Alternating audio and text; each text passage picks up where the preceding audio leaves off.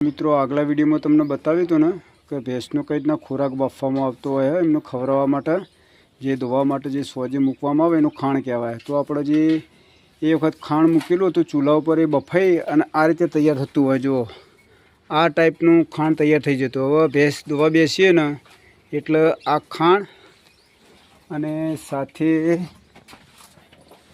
લેડીઓ આવતી હોય કે જે હું તમને બતાવું।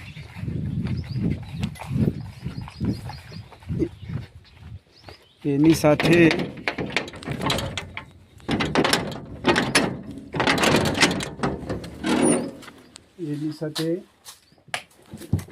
આવી લેડીઓ આવતી હોય છે। આ ટાઈપની લેડી આવતી હોય એ સાથે મિક્સ કરી અને ભેંસનો ખોરાક આવતા હોય કે જેનો અમે ખોણ કહીએ।